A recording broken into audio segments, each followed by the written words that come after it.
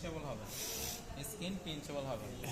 আর একটা কি হবে, ও যেটা বললো পিডি অরেঞ্জ, যখন ইনভেট করবে ফলিকলগুলো দিবে একদম ইয়ের মতো, পিলিং অরেঞ্জের মতো ফোটা ফোটা ফোটা ফোটা। কোষা সেটা। আর একটা কি ওভারল্যাং আলসার, প্রথমে কি বলছিলেন ফার্স্টে?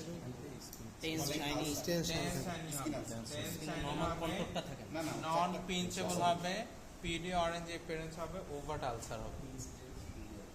ঠিক আছে, এটা ওভারলাইং আলসার হওয়া মানে কি, যে কোনো মিউকোসাল লেশন যদি স্কিনে চলে আসে মানে টিফো, সেটা সাইনাস হোক বা ওরাল ক্যাভিটি হোক, আমার ল্যারেঞ্জিয়াল হোক অথবা হাইপোফ্যারিঞ্জিয়াল হোক, whatsoever any mucosal lining lesion is coming into your skin, it's T four মানে stage 4 without any doubt, any CT scan, any MRI.